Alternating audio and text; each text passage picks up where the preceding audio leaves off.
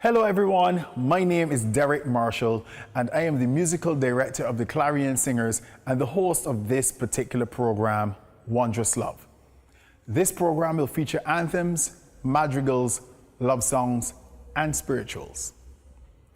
An anthem is defined as a rousing, reverential, sometimes even revolutionary song that represents the ideals of a group of people. When a group of people sing an anthem, they express their devotion to a cause with which they identify, and that is exactly what the choir will do in the opening suite. The program will begin as the choir invokes God's blessing with "Bless This House" as arranged by yours truly. This will then be followed by the beautiful "For the Beauty of the Earth" by John Rutter, and this segment will conclude with the haunting "Wondrous Love" by D.E. Wagner.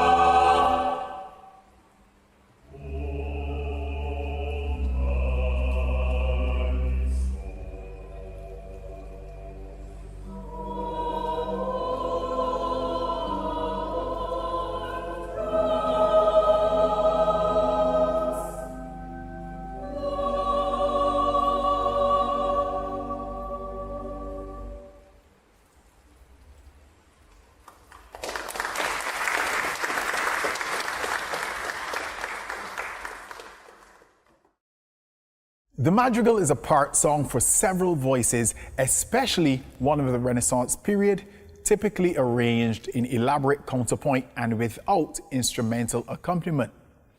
This segment of the program begins with the haunting and melancholy April is in My Mistress' Face and Weep All Mine Eyes by Thomas Morley and John Bennett, respectively. The segment concludes with the now robust Now Is the Month of May by Thomas Morley once again.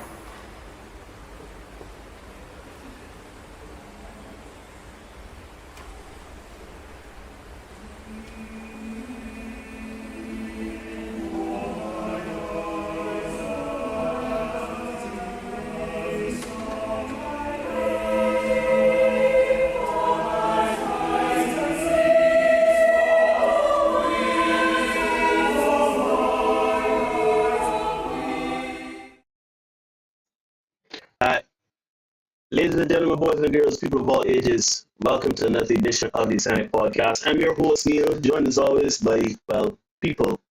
You know what it is? I don't know if y'all can hear me. Just put some ones in chat if you can hear me. Let me start with that.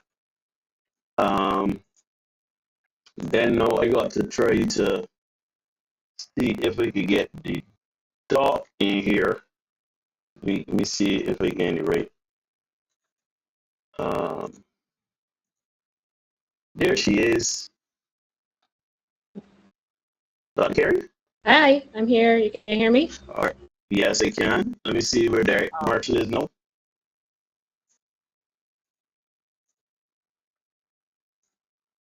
Derek still sending me content. Derek, you go out. Just take a minute. Ladies and gentlemen, it's been a while. It's been a long time, but we're here. Let me know if y'all can hear us. Let me know if, yeah, you can hear me, but my audio sound a little funny, but that's what it is right now.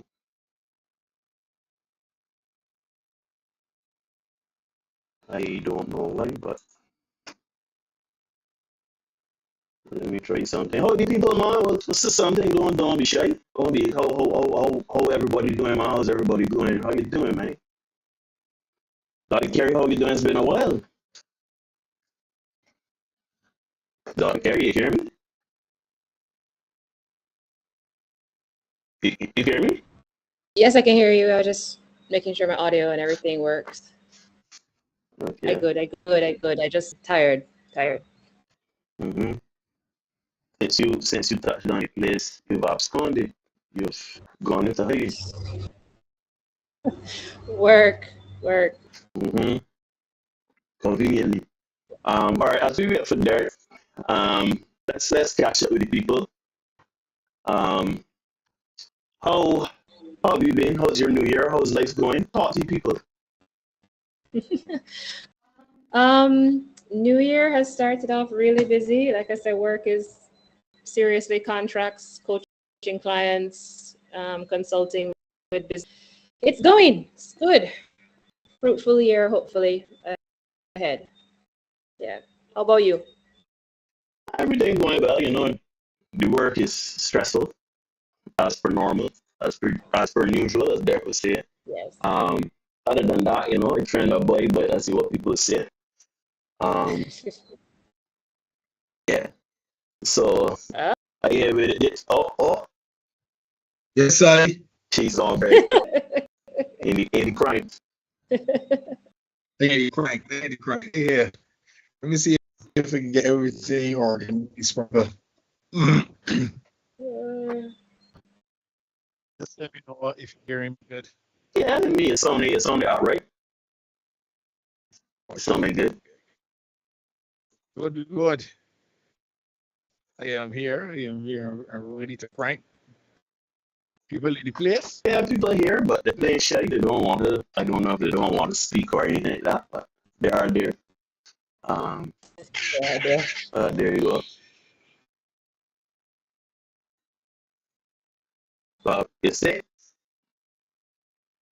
Yeah, Jennifer Young, show up Jennifer Young. Not to say only show up Jennifer Young, show up Tango Fox, Steve. Show everybody, man. Derek, let me stick up. You know how it is, but we here, we cranking, we train. Wait a minute. Ah, there he is. Have to dust off the sound. Yeah. Yeah, man. Yeah. Yeah. The iPad, the little one had the iPad, so it's getting a little funny. And I understand. So, yeah, I got Oh, yeah. George's thing here. Anyhow, my brother, how's everything, man? What's the story? I am here. I am good. I'm well. All is well. The world, I hope all is well on your side. The dog in the place looking lovely. Thank you. You only show no, you dog say lovely because you know with the bread butter. Yeah, man. I go check with the ladies first. No, man. Sure, everything good. How's everything? Your side, my brother. You're a student, sister. How's everything going? I'll let the baby go first. Yeah. Just saying it's busy. Things picking up for the new year. So looking forward to a fruitful year. Praise God. Yes. Fruitful is always, Yes, that's for sure, boy. Compared to parts of last year, it's always a blessing, yes. For sure. Yeah. Oh, you brother, what's going on in your world? Boy, women are insane. Present company included. Thanks. Oh, But Although I will have to agree. I will have to agree. And we will get into that. we gonna get into that. We are gonna get into that. listen, I can write a. We are most definitely gonna get into that. I am gonna write a book. Most definitely gonna write a book. What is it doing? I can write a book, right? And it's gonna title The Insanity of Women. Because a lot of people think that we come here and we talk. Again, the sales. We get a sale, that's right. But people say we come, right? And we talk, we dipsy doodle. People think that this is really us just trying to malign with or malingo women, as I say, right? But really and truly, this is not hearing me good. Ladies and gentlemen, I do not know why y'all are not hearing me well. I'm gonna try to remove something. Y'all talk, y'all say something. Fill some space.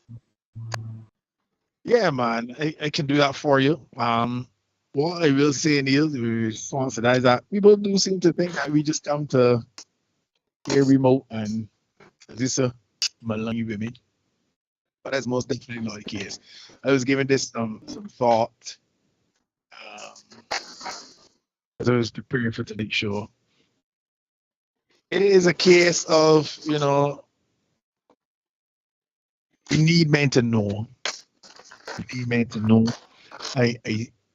There's so many things that happen out there in the world that we kind of take for granted or assume cannot and will not happen here in Barbados. or even for anybody that listening in other parts of the region or further afield, assume well these things don't happen in Hollywood. Hell And no. while this is my Steve O when Steve O says a quadruple entendre. But yeah, it is the case where we assume that because things happen, we see them happen on a TV screen or whatever, that it can't happen here. Is Gary said that can't happen here in this country. And that could be further from the truth. You know what I mean? And maybe getting to this show tonight, you can see exactly what I mean in terms of, especially in the climate in which we live in 2025. Happy New Year to everybody. In this present climate, it is a little different. And you could get got at any time by anybody. You know what I mean? So men need to be aware. And as you said, need to say it, we come to malinger the women. So at this point, this is a men's channel. This is a men's channel, and we highlight the very harsh realities of what happens out there for men to be aware and for men to know. Because when you study it, you hear about a lot of things that's go down, and you say, "Yo, what happened to my partner?" Yeah. And you know how we know, Neil? Because it's come and tell me. Yeah. They see you on the road. Yeah. It's come and say, man, I got a situation here, or it's messaging me, man, I got a partner here. Yeah. So let me start the show by saying we apologize for y'all for not being able to be here as often as we would like to be. We try to get out more often these days, but the reality is these shows take time to prep. We don't want to just come and present anything to y'all guys. We want to make sure y'all get the best of us. So we come prepared. We research a lot to ensure that when we come and sit down in front of these computers, in front of these cameras, that y'all getting the best of us. Y'all getting correct and accurate information, and that you are a little bit more aware of what's going on out there in the world and the things that are happening right here in Barbados based on what we deliver to you guys. Yeah, I mean, you can't put that no better. Let me hear from you, Doc. Still trying to work with my audio issues, but Doc, you could say some things too, Doc. I agree with everything that Derek is saying. I think we need to understand that as much as we like to think that we are, in the Caribbean and far and abroad certain things, those certain things are just human character, and we're not immune to the foolishness. Sorry, I was going to say something else. The foolishness that is happening. We have a lot of influences, as we often talk about, social media and all of that, and word of mouth is still very powerful. So, a lot of the stuff that we're seeing and hearing from other people and then saying, well, that's not me, that will never be me. It's you, and it can be you, because fundamentally human behavior that we're dealing with. And Lord knows when some of us are pushed to certain things, we will act out, and so we're seeing a lot of that. We're seeing man and woman dynamic. Well, I love to break down these things. I love the psychology and everything. I absolutely love it. So psychology or psychopathy, depending on how you look at it. But I love it either way, and I am here to provide a little breakdown, and let me see how this thing go down tonight. All right, just give me 2 minutes. Y'all can hear me. You and Derek, you and Carrie, can hear me well, right? Yeah, I hear you loud. So then what is it? Let me see. Because they're saying that I sound garbled. So if y'all can hear me fine, and I'm coming through garbled, it has to be this program. One would assume. I can't tell you, my friend. Really can't tell you. That technical thing in my Logically. Yeah, that ain't me. That ain't me. But if it is a case, you know, I could get into the little monologue and we can start to crank, and then hopefully you could get it. Instead of hearing me or not seeing me. Yeah, that was earlier. I wish you know. Oh. Well, I think, I Catch up. yeah. think that Neil was just has a short before. somewhere in that wire, so it sounds like a No, wire in the the short. Ah. Yeah. Anyhow, I see a Canny in the house. Big up my organist there. Jennifer in the house. Good to see you as always, Jennifer. Tango Fox in the house as well. Stephen Wu, my mom. Marlon in the house. Annie C, shout out to you, love. My mom, Auntie Social in the house as well. You see, we got 10 people. So, we crank. subscribe button and let me crank. Let me get on the road. So, peoples, as my mama think I would say, hey, yo, man, as we grow, we need to be extra careful and extra disciplined. Now, I speaking it over every man, the sound of my voice, that we will not be in the same position or the same place that we are in right now in 5 to 10 years' time, right? I put it out there, right? And if you like that, if you got that as something for you, if that's an ambition for yourself, put some ones in the chat for that, right? I pray for success for each and every one of us watching this show tonight. But, gentlemen, as our wealth and resources grow, so must we. We have to grow with our wealth and resources. Otherwise, we will simply be prey for an apex predator. Shout out to our guy, Travis Hunter. Oh, life is such, Neil. I really want to talk about Travis Hunter. But, you know, joy was just spreading around. So, yeah. You have to, you know, speak about that. Anyhow, we see the situation. There's so much to unpack on this particular turn of events, right? So tonight, and don't get me wrong, we can see how everything shake out in court and all that, right? But this is a teachable moment. There's a teachable scenario, and we at the Senate, as usual, we are going to see if we can extrapolate the lessons for you guys, and we can talk about it and get into it, right? So I want to talk about the men in question first and foremost tonight. Skip Bayless, Charlie Dixon. He's the president, the executive vice president of can't remember what it is. My man, big up Skip Bayless. Charlie Dixon to a lesser extent, Emmanuel Acho, right? We can talk about that man. And just like everybody else, we'll deal with Joy Taylor eventually, right? Take that however it comes across, right? So lesson number 1, right? If you got your black leg, you could write down if you feel 10 so whatever. But lesson number 1.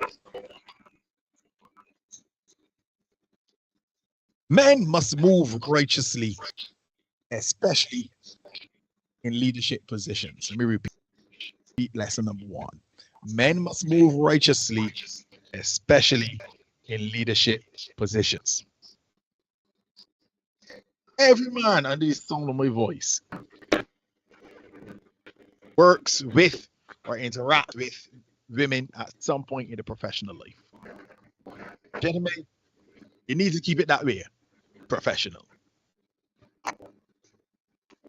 We have to know by this point, power and position do not make you untouchable or indestructible. Neither do they entitle you to any woman, especially in the modern workplace. We as men are never too big to fail. Let me repeat that. Men, we are never too big to fail. And you could fail fast. You could do a mountain of work, and then indiscretion, bring your rate down, right? Skip Bayless and Charlie Dixon. They are the flare right now. and they now join a notorious list of alleged offenders. And let me use that word, alleged, because shoot, the Senate ain't got no money.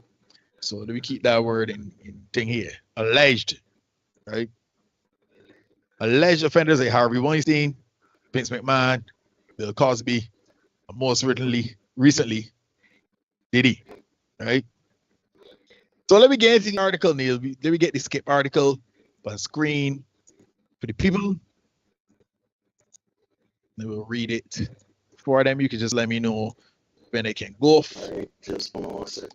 So just before we get to that, Neil, before we put the article, you put up a picture, Charlie Dixon by any chance for the people? Wait, hold on, did I? Do me a favor, put Charlie, don't let me afraid for Scooby Doo. Put up a screen for the people. Let me see if anybody else see you again. Now, if you could put that next to one another, that'd be fantastic. But dude, yeah, dude, I was wondering what it is, and then it hit me. Fred from Scooby Doo. It's very jump.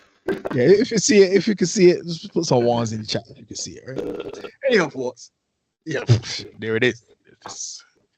Let me get to this article, right? And then, in the interest of time, because this is gonna be an intense, long show, I didn't bring the whole article. Just bring the highlights, right?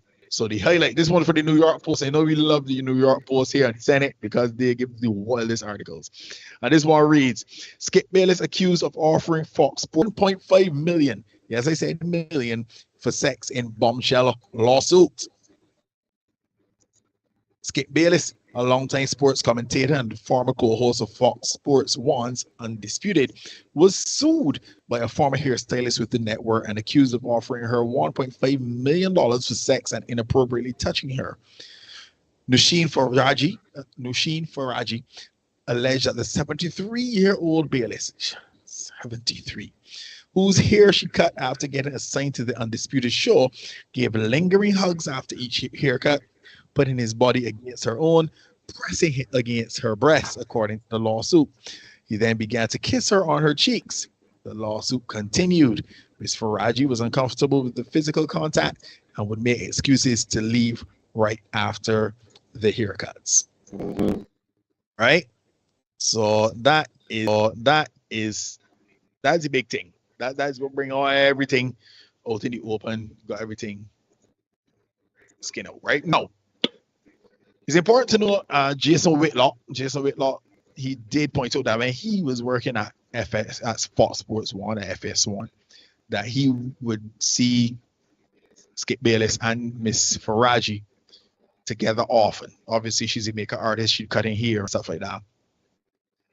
And he said that they seem very close. So you never know. Lord knows we'll be missing in terms of context and nuance and stuff like that. But let me say here, we on the Senate, we do not endorse, there's another word for that, condone any kind of harassment, right? Sexual or otherwise. We don't condone that. We don't deal with that. So anybody that would be tempted to think that that's what is happening here, that's not the case, right? We say that up front. So lesson number 2 for men to know, right? And I can tell them all together at the end. Lesson number 2.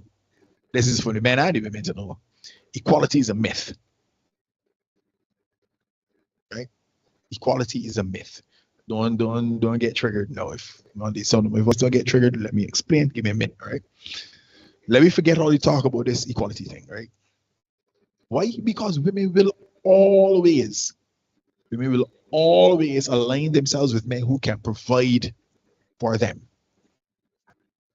Right? It can be protection, resources, sex, time and attention, money, favors.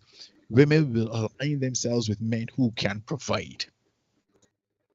Can you relate?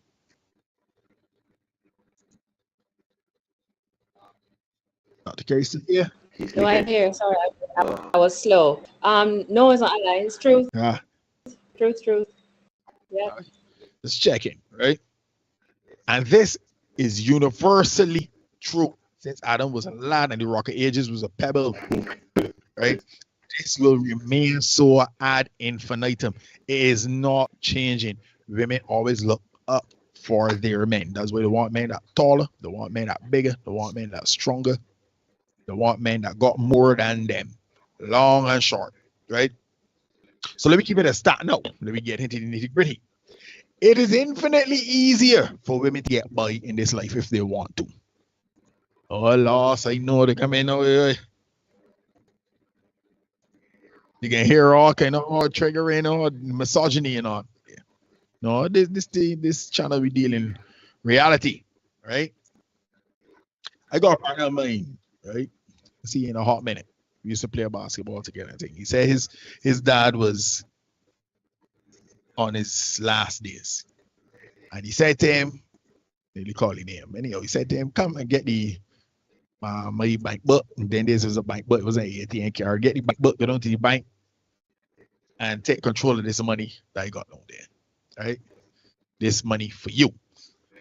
The guy said to his dad, so daddy, how much of this money is for my sister?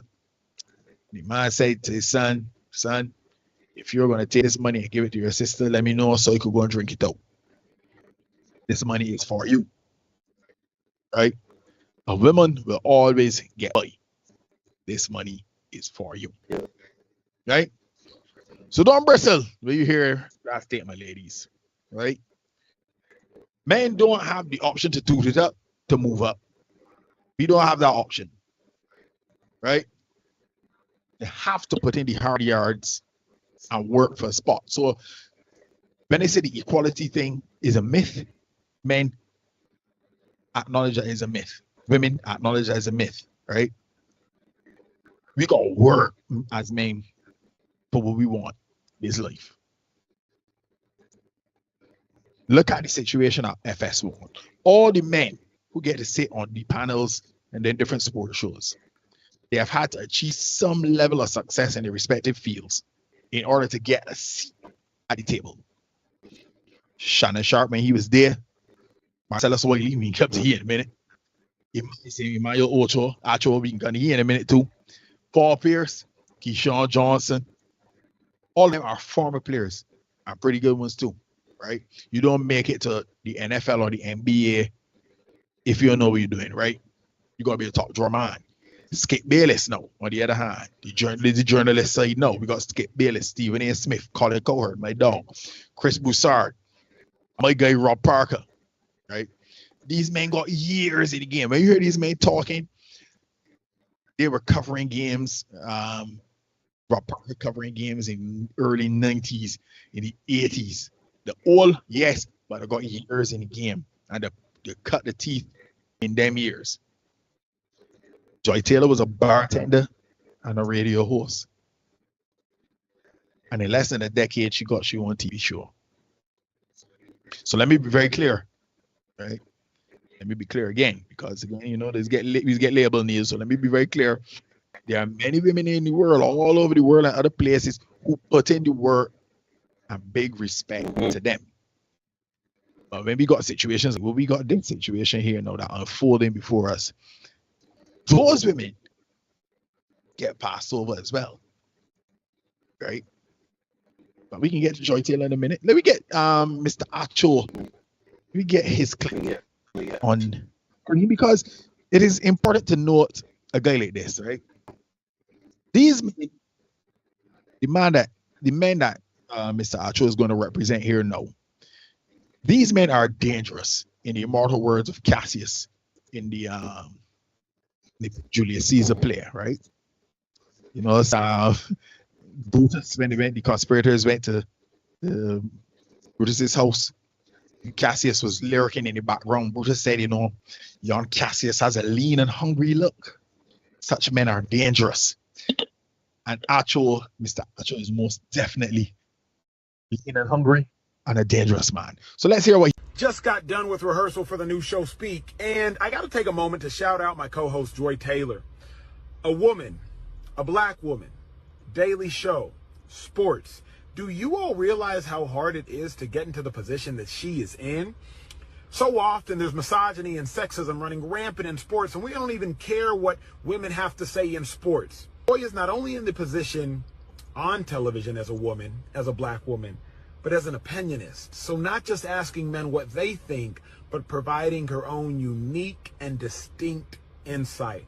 It's hard to do, and Joy, you have done it. So congratulations. Looking forward to working with you, and hope y'all tune in 4:30 to 6 Eastern every day. Congratulations. No, it must be noted that Mr. Archer has since ever this thing come out Sunday, he has since deleted that clip. Right? Must be noted. Man, like this are a problem. Quite frankly, he's a hypocrite, right? Because he knows full well that the only difference between Miss Taylor and Natalie or Muscle Cat is location. But he still turns on his phone to spout that rock to the general public. And the horrible icing on the bad cake is that he brings out the buzzwords misogyny and sexism. Because you know when you put them in the title or you put them in anything, you know, people, oh yeah, misogyny and sexism, oh, this way is fighting down black women all over the world and other places, right? But he's a hypocrite, right? I put it to you that men like Mr. Acho are the ones, they're the ones who really don't care what women in sports have to say. Because if he did care about what a woman like Joy had to say in sports, she would not have to spread some joy his way in order to get the job that she was doing. He would have advocated for her and represented her well before she had to push back and participate to get the job. He is a hypocrite, right? So let me move on to lesson number 3, right? Lesson number 3. Gentlemen, let me get the Proverbs pick there.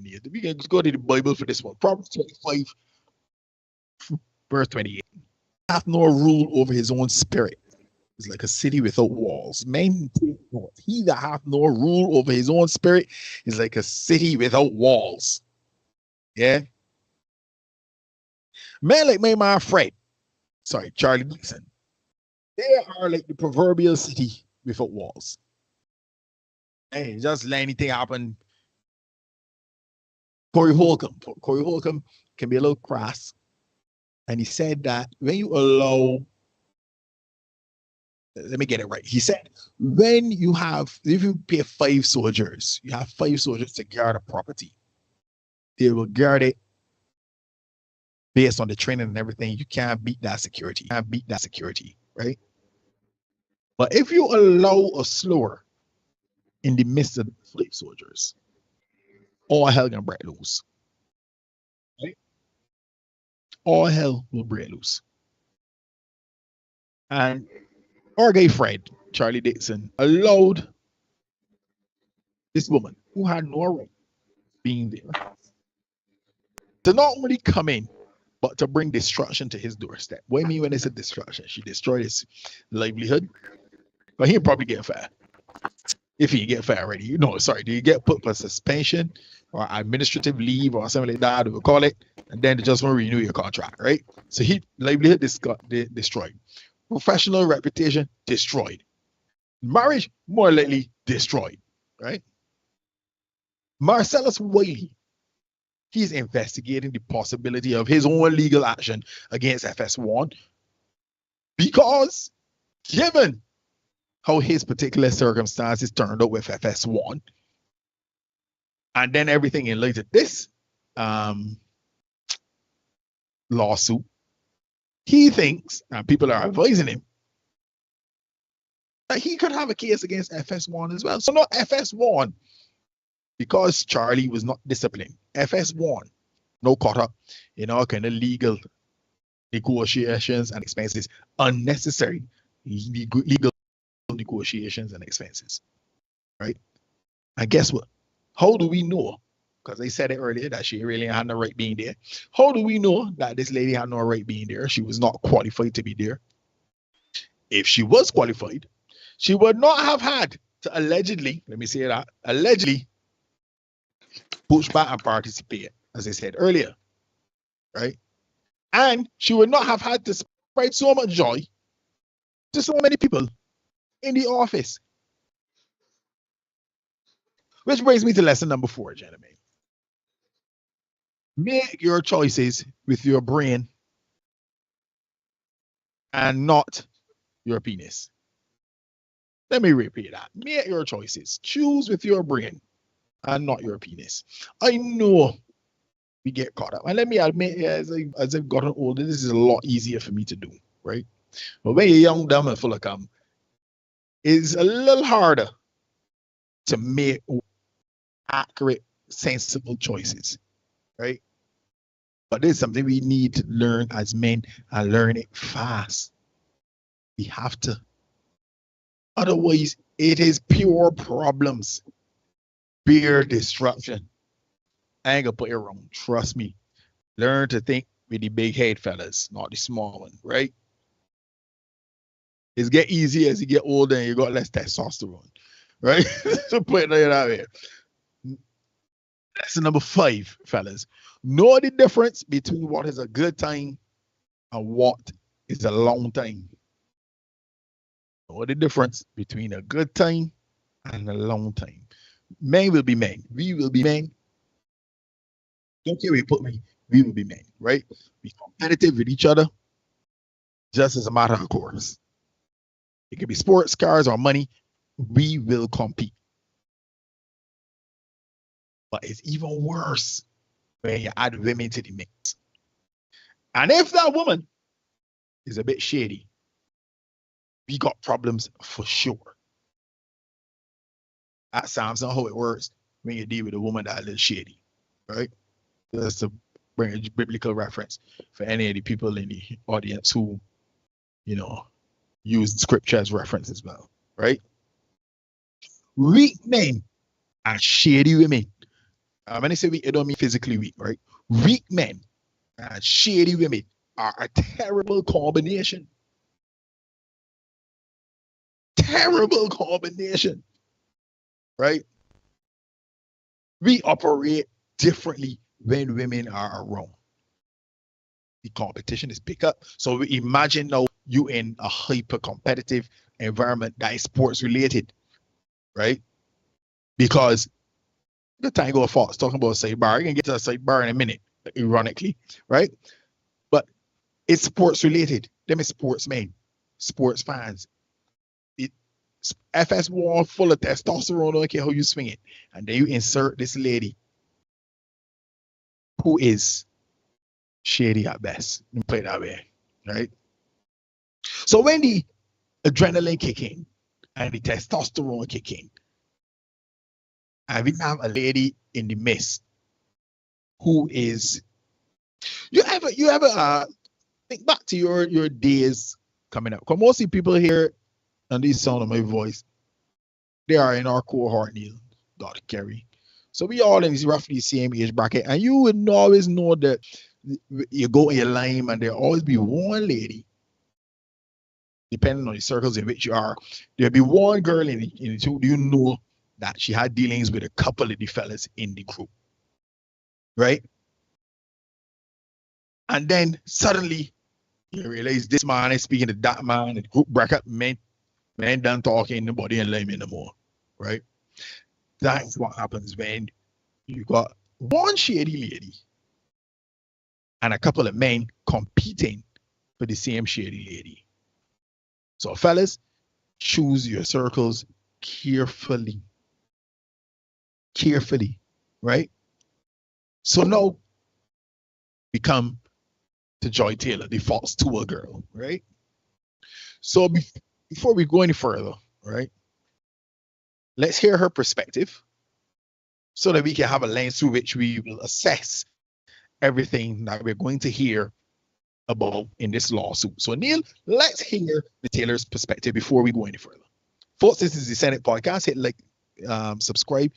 Who's the other one? No, I ain't doing this in so long. Hit like, subscribe, comment, join the chat, write some in the comment section. If you like it, share the show with somebody so that they too can participate. We got 668 subscribers. We liking it. You could send it to a friend or so, and let me see if we can encourage the men to come back out more often, you know?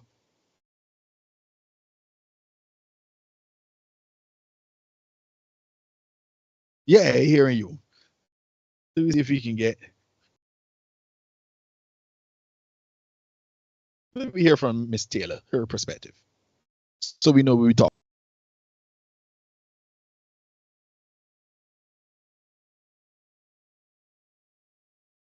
These hypotheticals have got us in a chokehold, and we must free ourselves. It's fun to argue about. It's fun to talk about what you would do in this scenario, or would you leave the game if the seats were high, or if a man took you this place on a first date, what you would do. And I'm telling you, like, every interaction that I have with people now, in some way or another, these things come up. Can we just keep it a buck? If they're fine enough, if they're funny enough, or if their financial status is what you want. Fine, funny. You're throwing all boundaries, standards, all that shit you talked on Instagram about how you would never, and this woman ain't cute, because women this and men this, you're moving forward with this person. No, you know my favorite hypothetical, because it's so ridiculous, is when you ask anybody if they would do something outrageous for like $1 million and they say no. It's like, okay, would you do it for 2 million? I mean, would you do it for what's the number? Like, anytime you add money into a hypothetical, people love feeling good about themselves by saying that they wouldn't do it for the money, but it's literally only because it's a hypothetical. If you saw this $1 million in front of your face and I said, do this, are you doing it? So I don't even know if hypotheticals are real indicators of the situation that's being discussed.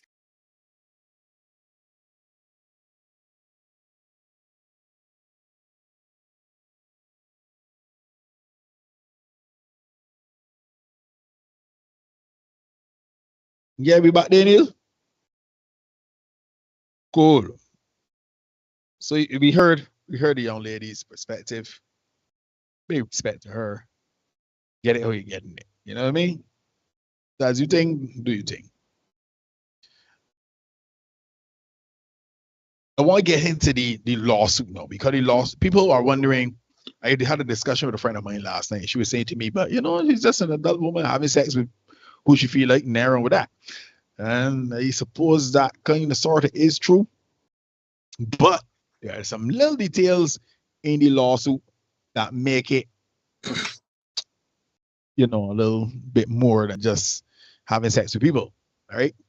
So let me get into these clips now from Law and Crime. It's ironically, I got first talking about a sidebar. This one is from a create content called Sidebar, Law and Crime, right? And they're going to give us Jesse Weber, his name. He's going to give us a bit of a breakdown of some of the stuff in the lawsuit. I did the research for you, so you guys didn't have to do it. So I cut it down into 4 pertinent clips that are just a minute and change each, I believe. Mm-hmm. So let's have a watch. This one, he's talking about May 2016, just so we can establish a timeline of what is going down. Mm-hmm. May 2016. Let's get that one. All right, just really quickly. Y'all can hear me, right? I want to know if people on YouTube hear me. Yeah, I hearing you. I don't. Yeah, I can hear you here, but we're not hearing you in the YouTube. No audio from you, according to time. Audio back from the just all right, cool. House. Yeah. Right. So let's get it. May of 2016. Oh, there Miss you go. Taylor asked Miss Faraji to meet for a drink in Santa Monica. When Miss Faraji arrived, she found Miss Taylor with an older man, Fox Sports' Executive Vice President of Content, Mr. Dixon, Charlie Dixon. As Executive Vice President, Mr. Dixon is responsible for overseeing all content and production on FS1. Miss Faraji, however, did not know Mr. Dixon. When Mr. Dixon went to buy them another round of spicy margaritas, Miss Faraji asked who he was. Miss Taylor responded that he was just a friend. Following that night, whenever Miss Faraji would meet with Miss Taylor for drinks or food, Mr. Dixon would either arrive with Miss Taylor or show up later in the night and leave with Miss Taylor. He would always buy rounds of drinks and or food. From their body language, Ms. Faraji suspected that the pair were sleeping with each other, and although this concerned Ms. Faraji, as she knew Ms. Taylor was recently married, Ms. Faraji kept her opinions to herself. The complaint goes on to say, in approximately June of 2016, while at work, Ms. Faraji noticed Mr. Dixon in the elevator. Surprised by the coincidence, Ms. Faraji found Ms. Taylor and told her excitedly, "The guy who always buys us our drinks was in the elevator." Ms. Taylor quickly silenced Ms. Faraji, explaining who he was. Ms. Faraji became alarmed and warned Ms. Taylor that such a relationship was unsafe. Ms. Taylor told her not to worry about it.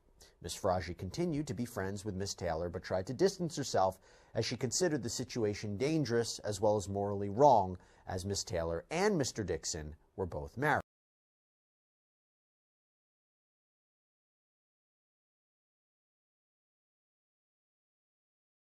Yeah, so that was the setup. So then we go to July of Miss 2016, Faraji is and apparently worked word out started to in her spread. brain.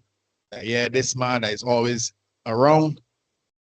He works at FS1, buying drinks and stuff like that. So that's May going forward, 2 months to July 2016. So then we go to July of 2016, and apparently word started to spread that there was going to be this big show, this new show that was coming to FS1, starring Skip Bayless and Shannon Sharpe. I talked about it before, this Undisputed show. Now, company executives have reportedly been looking for a woman to host the show as well. And according to Faraji, they were looking for somebody who had some pretty serious TV experience. Well, the complaint says, therefore, it came as a surprise when Fox announced that Miss Taylor, who is a bartender and radio host in Miami with very little TV experience, would be the moderator of the new show, a sports debate program, Skip and Shannon Undisputed. Now, according to a press release from Fox Sports, which has now been removed from their website, President of Fox Sports National Networks, Jamie Horowitz, made the announcement saying, "Joy loves fearless sports talk and is a natural match for Skip and Shannon. Since joining the Fox Sports team, she's hosted several shows and proved she has what it takes to work with the best." And Taylor herself said at the time, "I'm very excited for the opportunity to work with Skip Bayless, the top opinionist in the business, and Shannon Sharpe, legendary NFL tight end and Hall of Famer. I love a good debate and look forward to sitting with these two and seeing what happens every day." Leads us to 2017, when Faraji went to Taylor's birthday party at a rooftop bar. She says at that party, Dixon was there. He was that drinking. is from May to July. Girlfriend going forward, she get the big job. And let me be real, Undisputed with Shannon Sharpe, but it's at the top show, right? But in their big ratings, it has launched Shannon Sharpe into the stratosphere on YouTube, etc. So that's a big gig to get, right? Miss Taylor, she got the gig, big respects to her, right? So let me go forward now to 2017. We fast forward a year, 2017 now. That was 2016. So now we just look for Cyber 2017.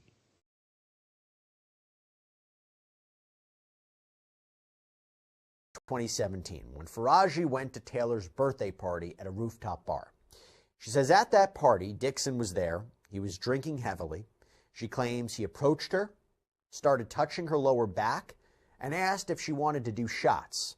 Faraji says she told him no, but then he allegedly groped her behind. Faraji's complaint says Miss Faraji did not know who to turn to, but as she knew Miss Taylor was sleeping with Mr. Dixon, she turned to her. Surprisingly, Miss Taylor responded to get over it and explained that she herself only had her job because of Mr. Dixon and that Miss Faraji only had her job because Miss Taylor requested her.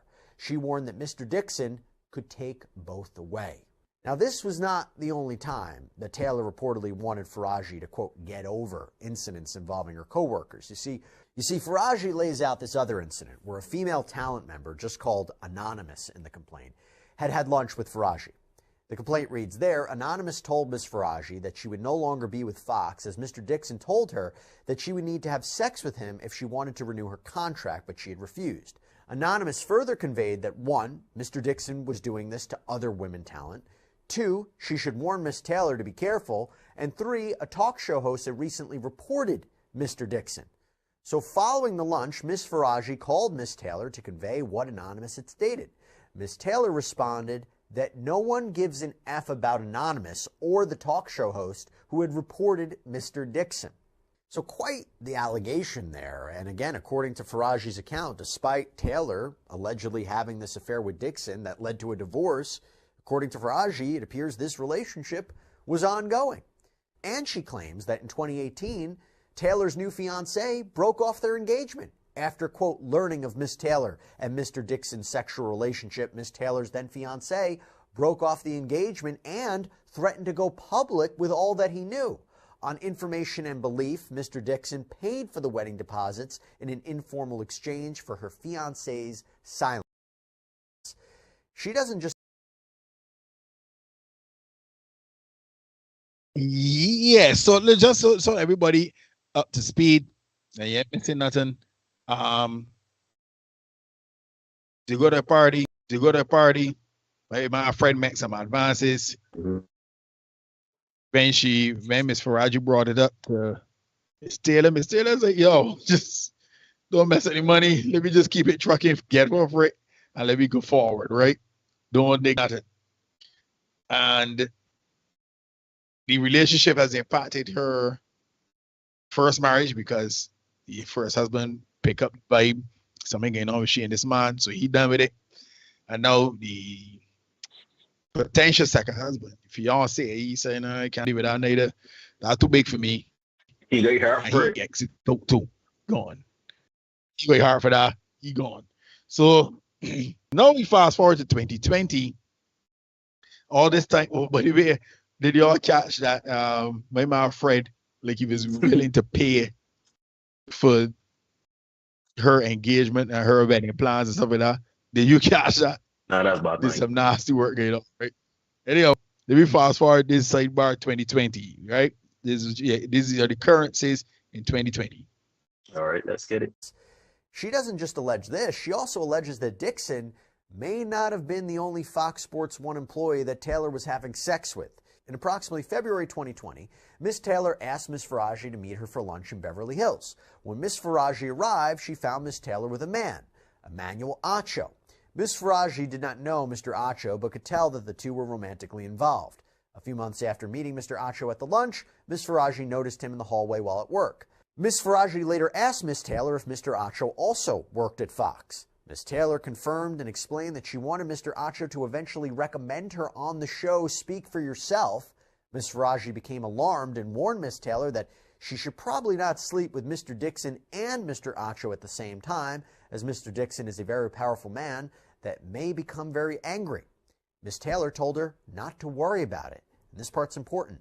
She explained that she was also now powerful, and once Mr. Dixon was no longer useful to her, she would follow through on her plan to tell the company that he forced himself on her.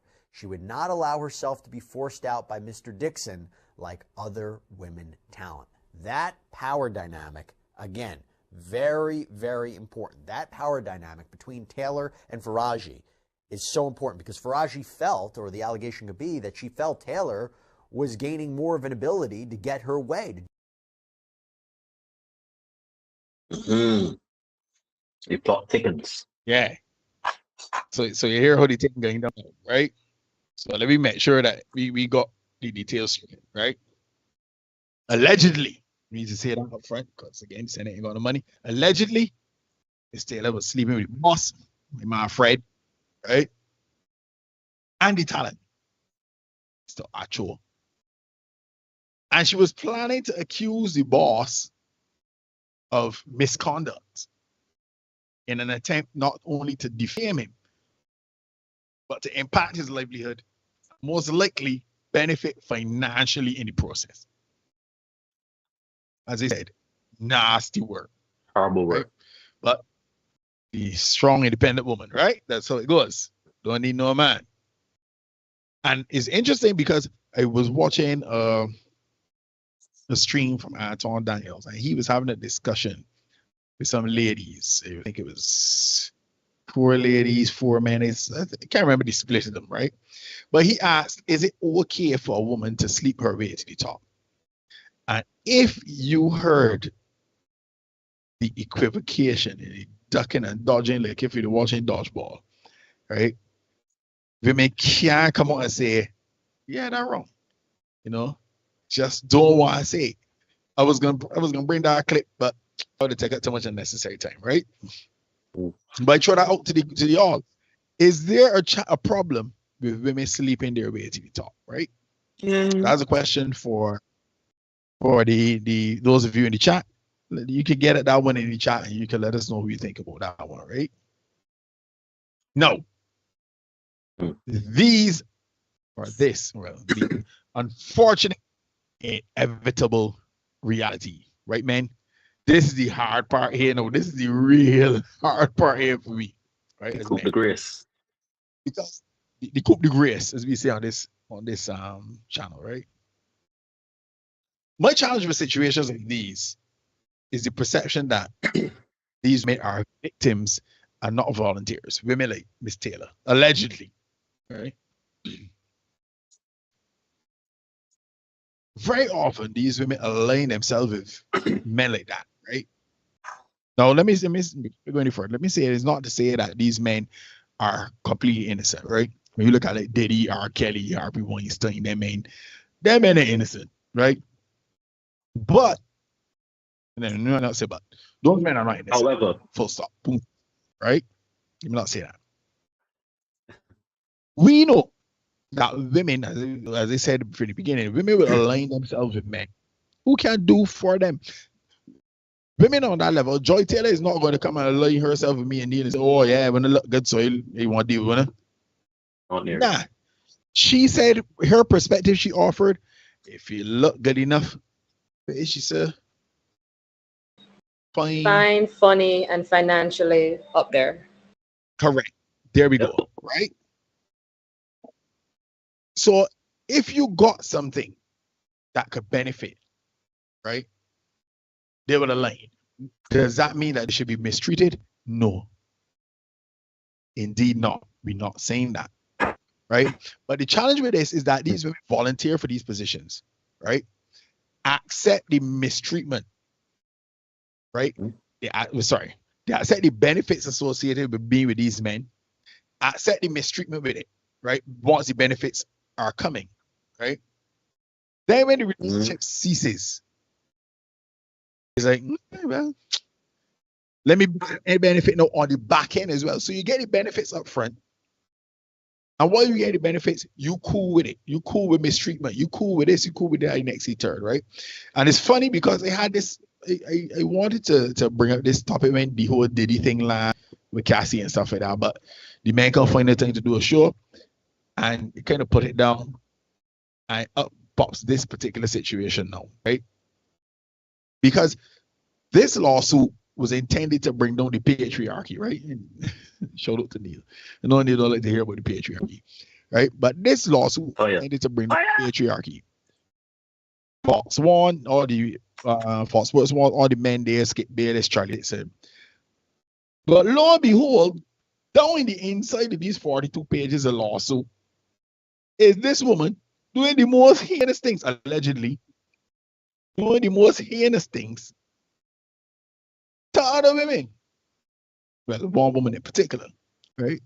And then threatening to destroy another man in the process. You know what I mean? And here's the fantastic part. Don't get ahead of yourself, Derek. Don't get ahead of yourself, right? These women align themselves with these men because of what they know will benefit them, right? And then the hard part for me, right, Neil? Dr. Kerry, the hard part for me, you know you got ill-gotten gains. You know you got ill-gotten gains. But then you go on every podcast, every platform you can find, and you say stuff like this. Let me hear the next video there, Neil, the Fight Hard video you've labeled it. Play it off for the people so we can hear Miss Taylor's perspective on things. All right, let me hear she Fight Hard. Up call, same time. How would I not know how hard it is to do the show I work on? You have to constantly reaffirm that you are good enough, that you belong there, and then always prove it. So I would just always say you got to do this twice and the on work there, to get you half know the what you're talking, opportunity. Joe.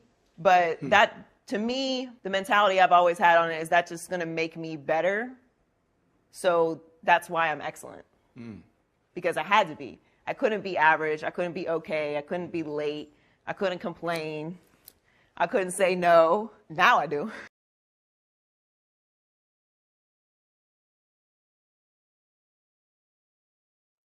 No, she does.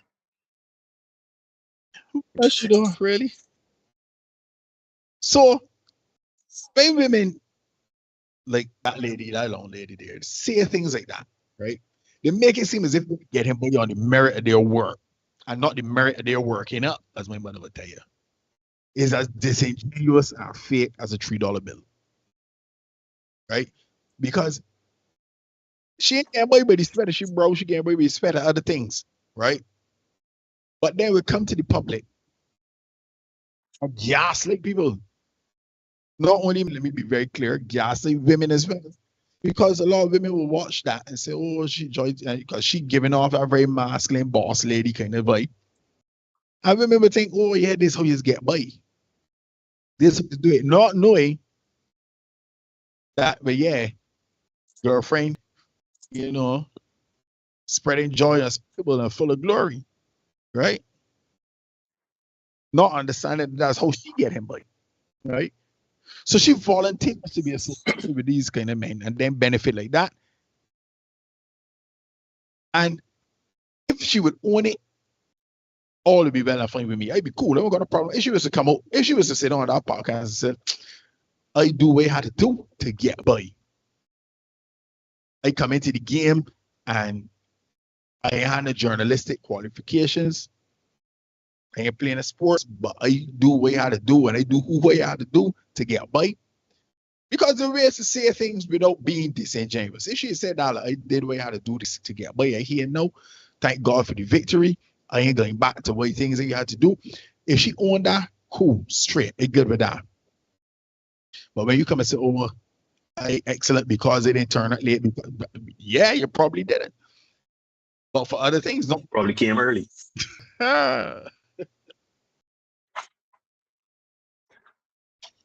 Yeah. And this is the hard part, man. This is the hard part.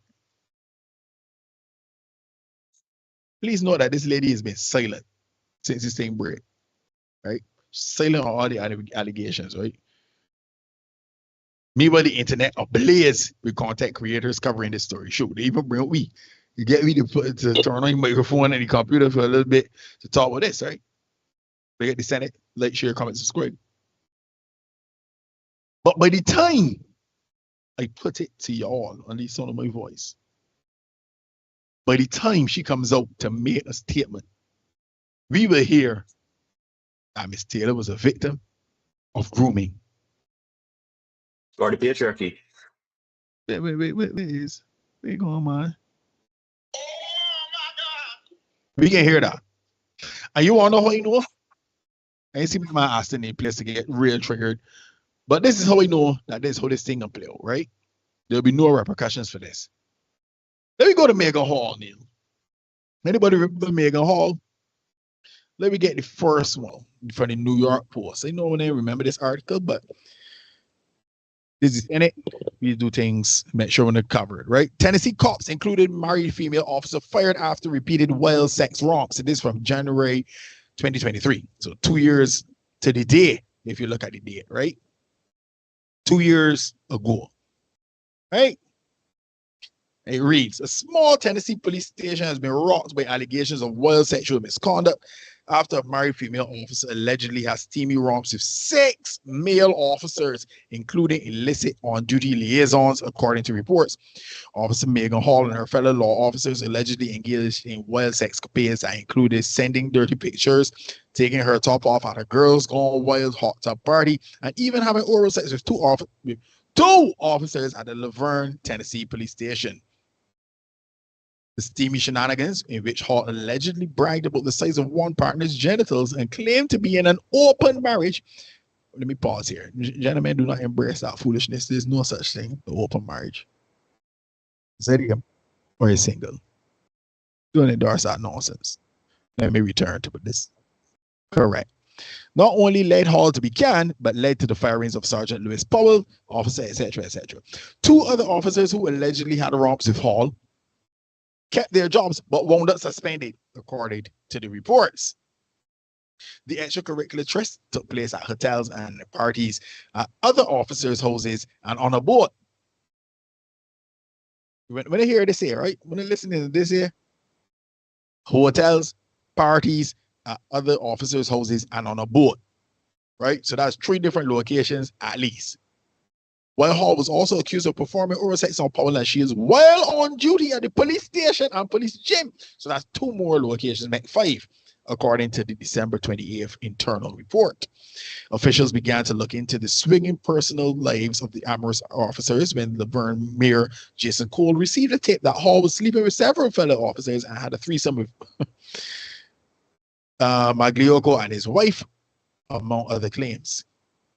Please note, she participated in a threesome. This is important, right? When asked about the tip, Magliocco admitted to having sex with Hall on numerous occasions, the report said. Numerous occasions, the picture he told them there. He told investigators that Hall had told him about Powell's big black, and claimed she had performed a sex act on him while the pair were on the clock. Neil, let us fast forward to the next article, folks. Stay with me. I'm walking you through this for a reason. Right? Let me know when I can go to the next article, Neil.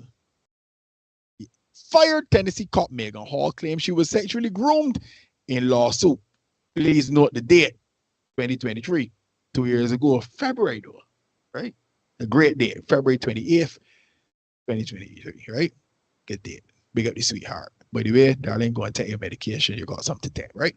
Anyhow, let me continue. The Tennessee cop fired over her numerous sexual romps with other officers, claims in a new federal lawsuit that superiors in her department sexually groomed her for the risque escapades. Megan Hall, 26, who blamed a troubled marriage for her Randy affairs, claims she felt trapped and exploited in the midst of all male ranks of the Laverne Police Department, according to her 51-page federal complaint. So she filed even more pages than Miss Faraji, right? 51 pages and blaming the troubled marriage. What is accountability? Anyhow, where Miss Hall saw role models at her new job, she instead found predators. Men, stay with me. The lawsuit stays. In place of offering professional development, her supervisors and the chief of police groomed her for sexual exploitation. Language matters, huh? Language matters. You know what the words being used here? Predators, exploitation.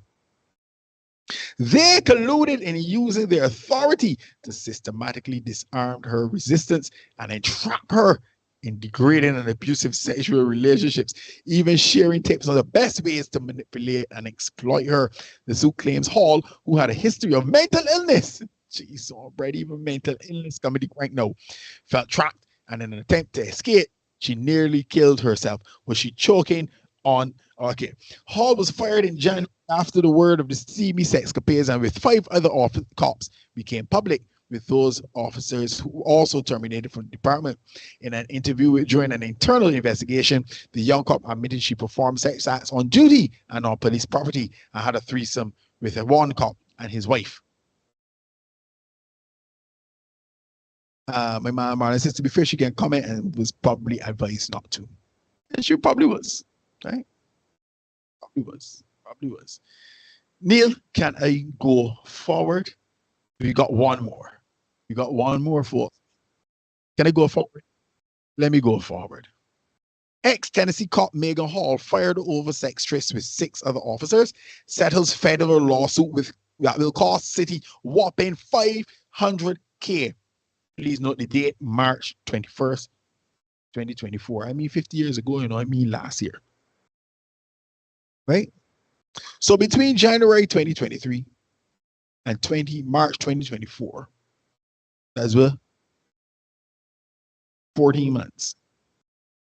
Girlfriend on the way to millionaire status, right? A former Tennessee cop who got axed for her trace with 6 other officers on the job, has settled her federal civil lawsuit against her former employer for a whopping $500,000, according to reports. Megan Hall, who claimed she was sexually groomed by a cadre of male colleagues of the force, sued the city of Laverne last year after word of her raunchy romps made national headlines. On Wednesday, the Laverne board voted 3-1 at a special meeting to settle the suit. Big up the one. The Laverne Board of Mayor and Aldermen, the Laverne Board of Mayor and Aldermen voted tonight to authorize the mayor to sign a settlement agreement between the city of Laverne and former police officer Megan Hall, city leaders wrote in a statement, according to the outlet. The agreement was negotiated between the attorneys representing the city and Hall. The city's insurance provider will pay the sum of $500,000 to Hall as a gross settlement, which includes court costs, attorney fees, and expenses. The city denies any admission of liability and no taxpayer funds will be spent to settle this lawsuit. Hall, 28, made national headlines last year after her station house escapades went public, including affairs with her supervisor, Sergeant Lewis Powell, and others. According to an internal investigation, Hall hooked up with several colleagues, sent them nude pictures, and they made topless and a girls gone wild themed hot tub party, and even performed oral sex on 2 cops while on duty. She also allegedly had a threesome with one of the cops and his wife, according to the city's report. The hanky panky cost several of the male cops their jobs, including Paul. Anybody think that the male cops get any money out of this? Yeah, you think a lot of male cops are able to sue and get some compensation for loss of livelihood, loss of income? Anybody put that in chat if you think that, right? The shocking investigation report included findings that the then police chief, Burrell Chip Davis, who was fired over the scandal, not only knew about Hall's hookups, but joked about the situation with others in the city. Who that Davis allegedly said when shown a vulgar photo of Hall by another cop. You got him there. Hall, Lewis, Powell McGowan said he hit on it again, the chief quit. The ex-top cop also joked about a 13-minute video that allegedly showed Hall masturbating, which was shared among some of the male cops inside the department. Now, that is sleazy, dudes. If the woman decides to, share some material with you, you cannot then turn around and share it with other people and laugh, that kind of thing. That ain't cool, right? In her lawsuit, Hall claimed that her encounters began with an affair with Paul and led to blah, blah, blah. I know what most people are saying. You could have said, no, I get it. But my response to them, and let me read that part. This is her response to it.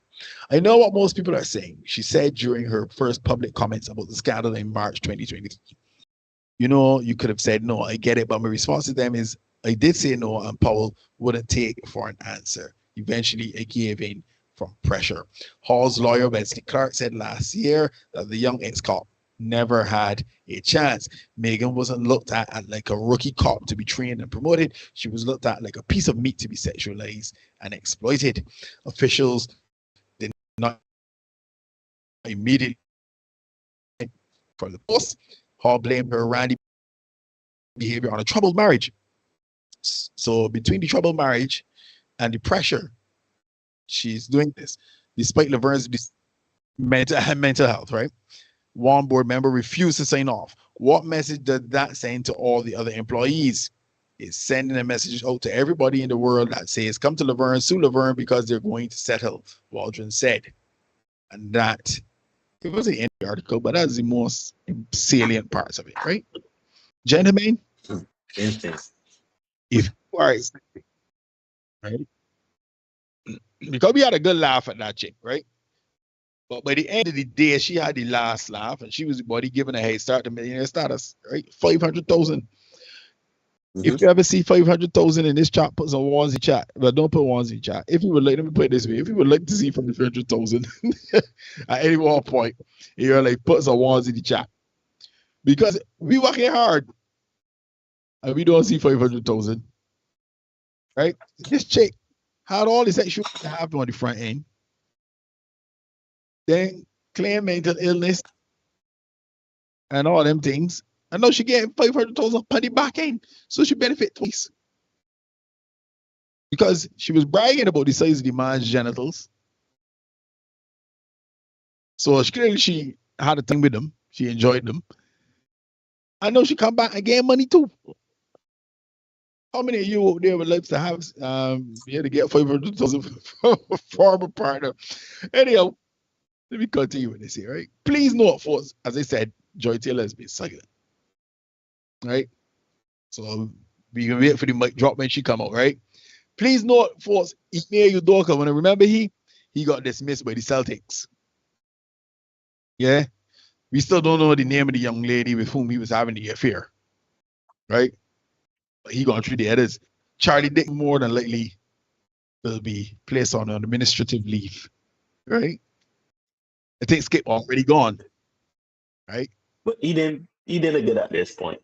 Anyhow, Hey, come on, man. his shows or his tank, he was tanking, man. He was Leave my guy alone. shows and good. Leave my guy alone. That's my guy. That's my guy. We got Skip. You need to stop it. We got Skip. It's a new year. New year CMU can't be that. I've made changes, okay? I know we all had a good belly laugh at Joy Taylor when we read this news land and we hear the hypocrisy and thing. We all had a good laugh, right? So this is great. Come and expose all the lies that some of these women is tell, right? I know we had a laugh at the hypocrisy. And she probably said back female sports journalist about 40, 50 years. Okay? Because every female journalist now, the Malika Andrews, the St. Taylor Rooks that she's rolled with, Carrie Champion, all them there from back in the day, Sage Steele back in the day. Everybody gave them this, how you really get here, you know what I mean? My girl Christine Leahy. Everybody get this side. They're like, so what did you do to get to where you are? You know? So everybody getting this side eye. But I want to know, Joy, you tell about the work Monday morning. Please. Normal. She went to work normal Monday morning if nothing happened. Let me get Keisha. Keisha is here, man. Let me get Keisha. It's taking a little long here. Nothing happened. Nothing. So anybody waiting for the axe to fall and hoping that you could get the laugh when the axe fall, Joy Taylor, you waiting in vain like Bob Marley. Right? Life is not fair.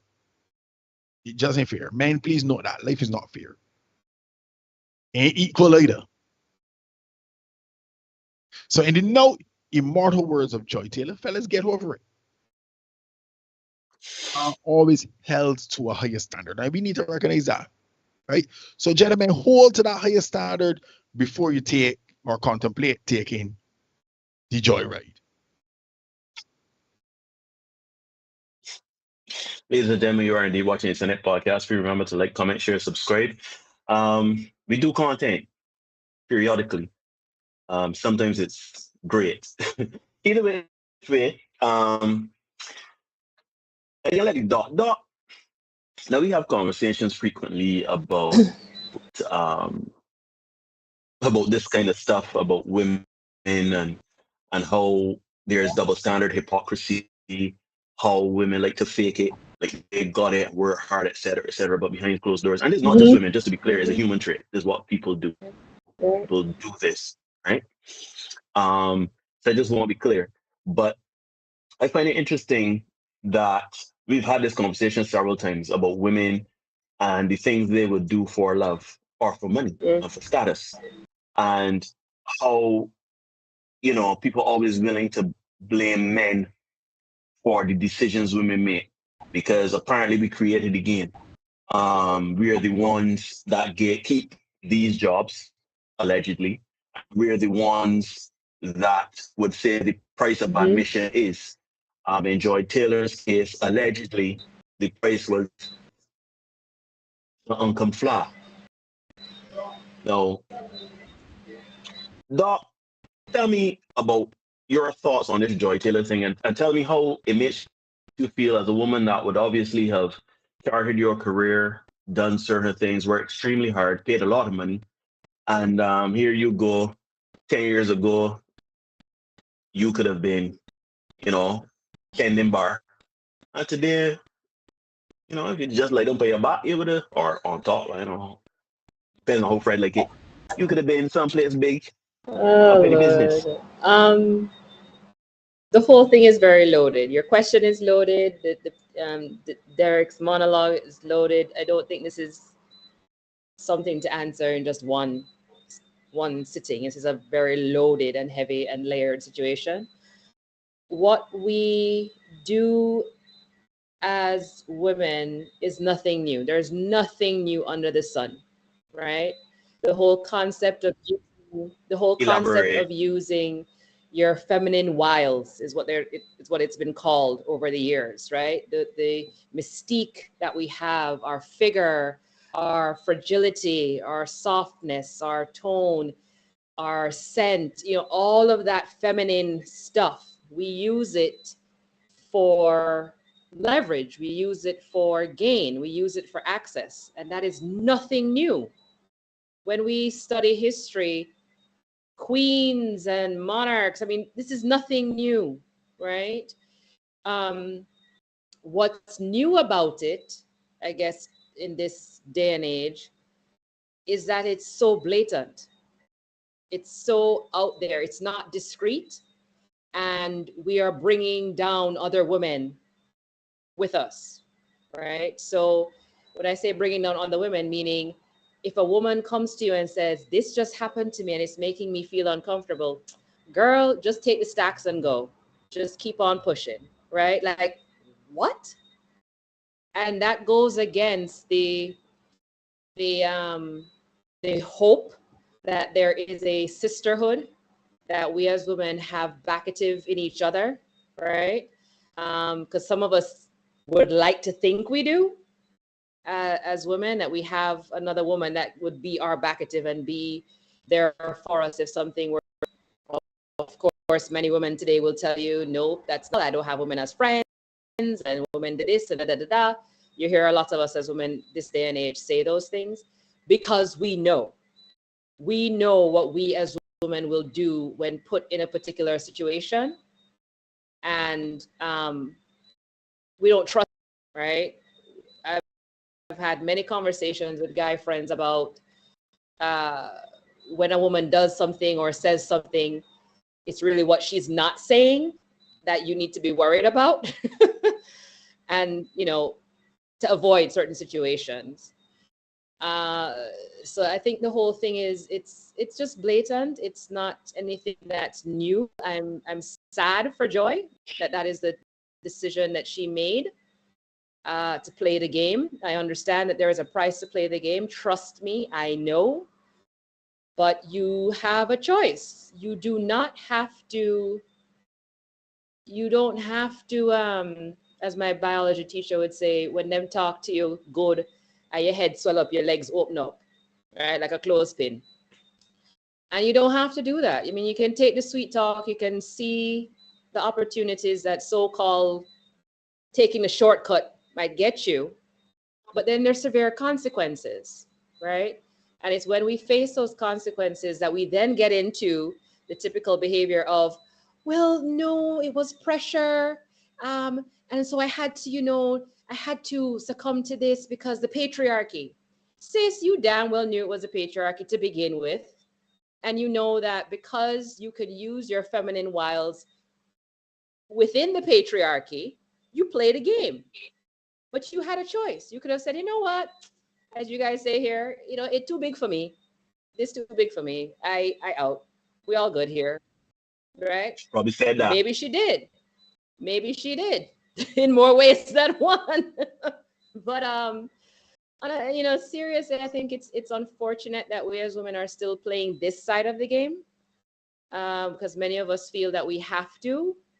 Unfortunately, we're put into circumstances where, if I don't do this, then how else can I elevate my career? If I don't do this, how else can I pay the water bill and the light bill? If I don't do this, how do my children eat? Well, let's think about something else, because you have a brain, right? There's something that you have aptitude for other than breathing or pretending to do the exercise of breathing, right? Like there's something else you have aptitude for. And I think that is what we need to have a conversation more often around as women, that we have the aptitude and capability to do something better than what we have been socialized to believe is the easier option. So, yeah.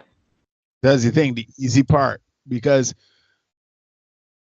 instead of saying, you know, I put in this work, I do this, actually do it. Don't just say it, do it. And that's the challenge, putting in that work that's required. I remember a couple of years ago, we used to say, you know, female artists and male artists are very different. When a male artist go on stage, is a shirt and pants, that's it. Right? I remember the one particular artist did a performance and the journalist talked about her Grecian gown. Right? Men perform the boy, don't talk about clothes, gown, you know. You can think or not. You move the crowd or not. But females have they kind of gravitate to the stuff which is a little easier because easy. Everybody's take past the least resistance, right? So she's allowed to fall back on Miss Taylor in this particular instance, allegedly, is allowed to fall back on her feminine wills in order to get ahead. Right. You know? Yeah. As opposed to putting in the work that you talk about. Because you know, but then that brings you back with the pack because everybody working. Yeah. You know what I mean? Everybody working, but you all work. Yeah, and it to a point that you made so many good points, Derek, and I know I'll probably tomorrow morning be like, oh, I should have said this because there are so many good points you made. But practices like this, right? When actions are taken in this way by women, it truly does hamper the rest of us as women who are out here waking up 4 o'clock a morning to get to the bus, to get to the job, to sit down there, then go to school after work. Because I know so many women that are going back to school to level up certification or another degree to then get home to the children. And you know, there's so many women around the world doing that. So that when these other women make the other decisions, it hampers the universal progress of women. Exactly. And this is why we don't trust each other. We cannot, right? This is why we cannot trust each other. And as much as we want to rally for each other, because there are things and experiences that only we as women could, just like men, there are certain experiences that only men, just by looking at each other, will know exactly what you're talking about. Same thing with women. There are things that we go through where we can say, girl, and you don't have to say anything else. We know exactly where you're coming from and what's going on. But because so many of us are now being broadcasted as doing these other actions and behaviors, those of us waking up and doing these things and tackling this, it's like, you see, this is a foolishness I have to now work against. But when I should be right, when I should be cheering her on or, you know, supporting in a similar way. So it makes the experience of being a woman very difficult. And mind you, men do some stupid things too. I'm sure you both have friends where you're like, man, what you gonna do that for, right? Oh, yeah. But somehow, socially, women are simultaneously at the forefront of innovation and breaking barriers, and then pulling each other back. It's like this at the same damn time. Because to your point, right? No, the interesting part about this is that what she allegedly would have done, right, is so shocking, right, that it has kind of superseded the allegations getting skipped. Correct. Right? I mean, we accustomed to men doing that kind of job. I mean, we even ignoring the fact that my man kept the price. They call it the inflation. 1.5, Joe. Where the man for 1.5? You know what I mean? The whole inflation kick in. So we ain't even dealing with that because that's reprehensible in itself. But we kind of expect men to do things like that. Yeah. You know what I mean? But this particular situation where her has taken the spotlight. You know, I talked to you guys about my Uncle Mike quite a bit. My Uncle Mike, very insightful, wise man. he has, I'll politely say, a punani account, right? A set of money for any foolishness that women want to come about with. Like, when a woman, this is where you were saying earlier, women will always get by. We will always get by. There's one man who will come fix the tire. There's one man to take us out to dinner. There's one man who will help with the school fee for the other man baby them, right? We will get by.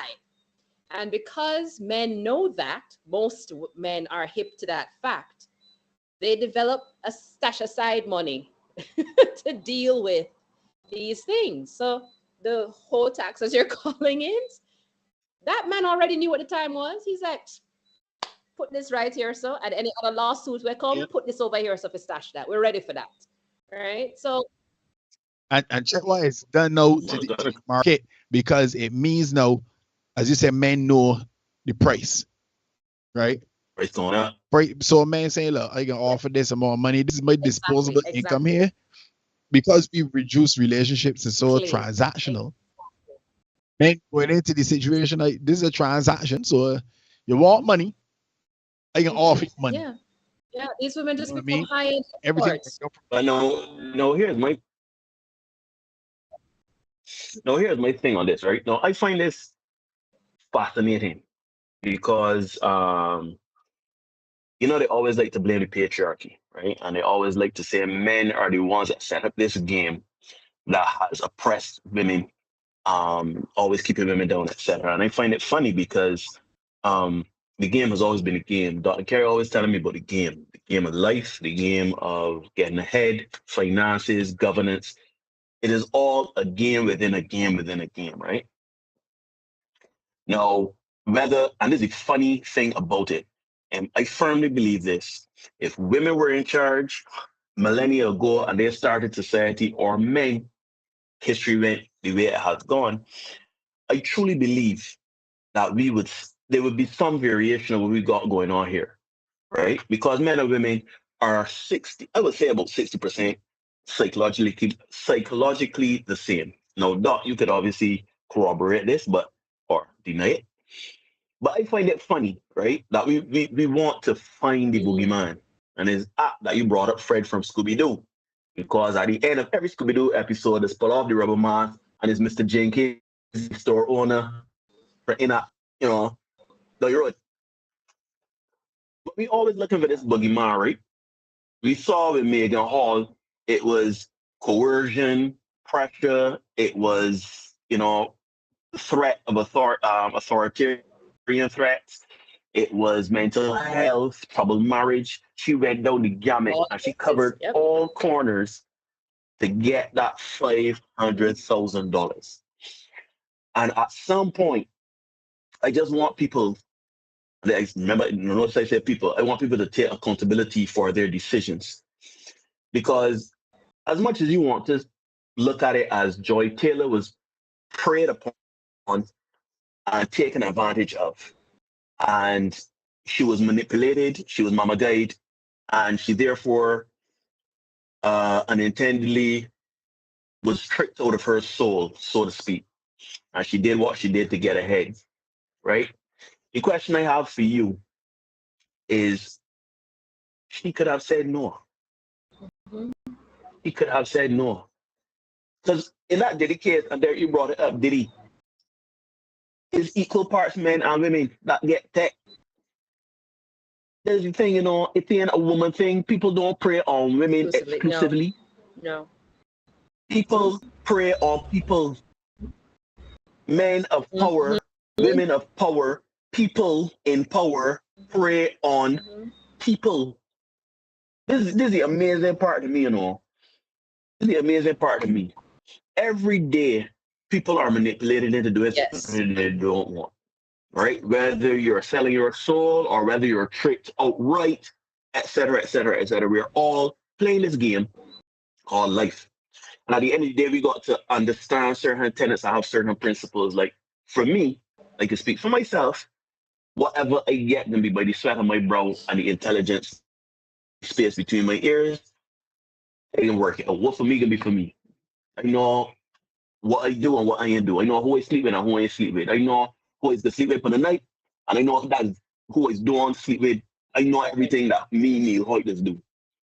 People are going to say what they want to say. People are even going to try to manipulate me, not necessarily for sex, but money, status, power.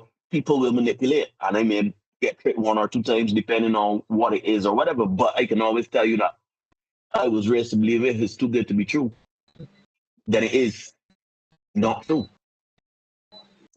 I just want me to get to a point where we understand what it means to be. I mean, women always asking for grace and understanding in their plight as women, but please understand the plight as men, because men get taken advantage of just as much, if not more, than women. It's not a competition. Just calm down. It's not a victimhood Olympics. It is simply us trying to put into context that it's not only you being manipulated. It's not only you being taken advantage of. It's not only you that taking a risk. Man, so I can do this the illegal move, or I can do this thing. Shoot, some men be like, yeah, I sleep with this woman or this man, and try to get this bloody and move through life. It happens. It happens. But I want this story to stop being this blame men thing. What a man. Now, as most of y'all know, I work in an environment primarily of women. And it is interesting to see. I keep telling Derek, boy, if we have more time, we can read a book. Because this is an amazing, and I won't call names, I won't tell stories or whatever, but it is just interesting, the psychology or psychopathy, depending on how you see it. It is interesting just to see how women process things. Me as a man observing it, saying, I can't understand. There are situations I see that play out just on a daily basis that I'd be like, I can't. To the point where it's going to seek counsel from women for them to give me. I don't understand why this is playing out the way it's playing out. I talk to my guy friends and say, brother, if this was to play out, boom, boom, boom, boom, I said, nah, I can't understand that. That don't make sense. And I think it is, you see, it has a lack of understanding from both parties, which is fine. But I think what has happened is because we want that villain, we want that boogeyman, we want to absolve ourselves of accountability, we need that boogeyman to blame. You understand? Men made the system, therefore men are at fault. But it's not that men made the system. It happens to be the rich people made the system, and it just happened to be men. There was a point in time where women were oppressed. They could not work. They could not vote. They could not go to school. They could not do these things. It was illegal. It was heresy. You'd be burned at the stake. You could read, someone get burned. Or you're a witch. Those times existed. But I can promise you that for longer than you think, women have had the power to influence, chart, and even manipulate governments well before they were able to vote, well before they were able to go to school, well before they were able to do certain things. That is the game. The game is manipulation.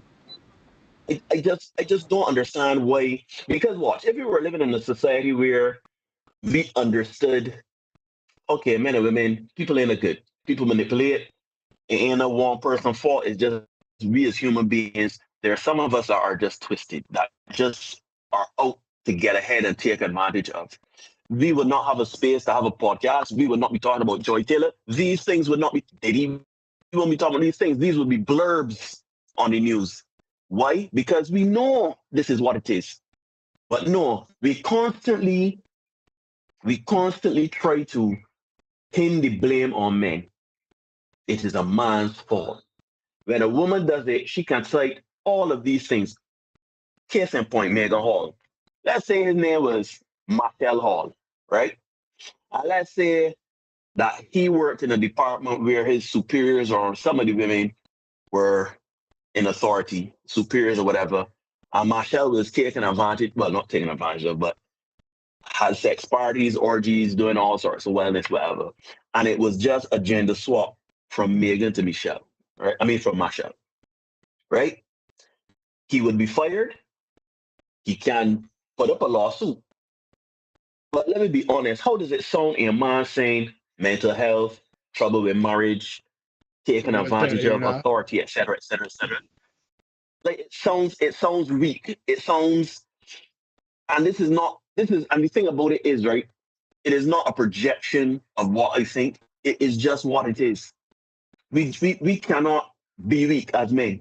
We cannot be vulnerable, susceptible. We don't have the luxury or can afford to do that. As a matter of fact, in our Marshall Hall situation, Marshall would sleep with half the department and the women will come out and say they get me too. I have This a is the thing. video for that, you know. We're It fighting is for it. manipulation. So please understand, and I understand. You see, the word patriarchy is not inherently bad. I have a problem with how it is used. We do live in a patriarchy in the sense that the majority of power is held by men globally. But to say that we have a system, because this is how it's used, where men oppress women, take advantage of women, hold down women, gatekeep women, But that I is what we refuse to believe use. that. That is what we I use. We refuse to use believe. that rhetoric against you, right? Because we know that there are men that are out there that are Yeah. going to. All right. So wait. Let me phrase this properly.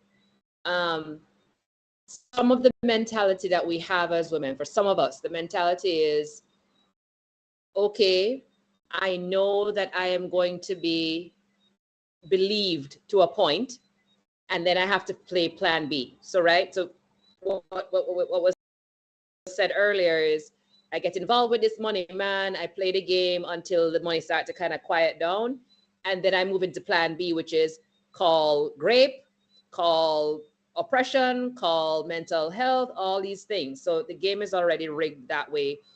And this is the other part that I wanted to say is, if, to your point about if there was a flip in terms of power structure and dynamic, and men had to be more discerning about their goody goods, the game would be so different. So different. Listen, Right? Discipline is missing, and that is the problem. That's why you said at the beginning of it, men need to understand it was a good thing. It was a long time to need to lead righteously. They need to leave out certain things. Yeah. Let me just dive in the chat a little bit here, Neil, because we had a point here, right? That is, pick up my mind with somebody here. Where it says men will be women blame men, but because men blame men in the pursuit of women, hence why the system is biased the way it is. And that is why I made it a point to highlight Mr. Acho and his comments. Right now, how effusive he was in his praise of Miss Taylor, then they have to come renege and backbite and say, let me delete that there. Yeah. Right? Yeah. Women rarely side with men, right? But because men always in the hunt trying to get some stomach, invariably they will sell out the brethren, right? And Neil would have sent you a picture there, so I'll put that up on screen for the people. This is Benjamin Franklin, right? Let me get him on screen. Hold on a second. And this encapsulates, as a man, if you, because a man will sell out his brother, right? Call my man coach, right? Yeah, Benjamin, if we do not hang together, we shall surely hang separately. Right? You could take it from that. That's a fact. Yeah? If we do not hang together, that we will surely hang separately. We got to start to get for certain things. We have to. We must. And with regard to, if I can leave that video for the end. But hold on there, right? You are right. Men and women in their own ecosystem, their own bubbles, they need to stick together. Even the sister code don't stick together, brother. Even the sister code. As a matter of fact, I posit to you, the sister code is a myth. I think men have more of a brotherhood than women have a sisterhood. Because men got a code. That's for sure. Yeah. Men got a code. Women got some rules written on napkins, brother. And I see it play out where, for example, there are certain tenants that may have, right? For example, there in our friend circle, something would have went on, and somebody that was a former friend, he exited the group. And we as a group of men, as a group of close friends, as a group of what we would consider brothers, that was like it felt like a betrayal. It felt like what was the man that went to should go Yeah, back? yeah, It felt like that. It yeah. felt Hot like we were gates. right. It felt betrayed. Why? Because because we as men, once we sweat together, bleed together, or cry together, we are brothers. If we go through hell and back as men, I could look men at the face and say, Derek, boy, that's beer jump, you know, do. And Derek could say, you're right. I take accountability. I need to make some wrong things right. Right? When we as men do that, and we form connections through blood, sweat, and tears, we cannot talk. I don't talk to Mark every day. Mark is my one of my closest friends, right? Long-standing friend. I don't talk to Mark every day. I probably talk to Mark once every 2 weeks, right? I pass Mark a day in the road, driving. We get opposite directions. We stop, zap it up, and drive along, brother. That's just how we are as men. Because Mark and I went through things that made us brothers. You understand? What I don't understand is Dr. Kerry talked about the sister code, the stick. Sorry, there you talked about sticking together. We do not stick together as black people. We do not stick together as men. We do not stick together as women. We don't stick together as a family unit. We do not stick together. We always willing to show the go up path if it would give us a leg up. And that is a problem. Because if you have men and women that are willing to say, well, first you need honesty, transparency, and accountability. Because to me, when you shed blood, when you shed, and that's why for men, when we shed blood, sweat, and tears, it is us that are most vulnerable. You don't expect to see when your brother is crying. You know if you're bleeding is a problem, and you know you're sweating. If me and you sweating, we in the trenches. You understand? That's how men think. Therefore, you are seeing us at our most vulnerable, our most afraid, our most unsure. So therefore, when we go through that, we see each other through conversations or just action. Then we are solidified. Nothing can come between me and you. Nothing. Nothing. Nothing. Exactly. Right? And that is just because of what we have built and gone through. But I find that there are other men, which again, I see it regularly with women and etc. Men would sell out whoever for whatever. Women will sell out whoever because of whatever. And we don't stay together because if you, in my friends group, right? If it was the kind of man that said, boy, I got a woman, but I feel against saying on your side.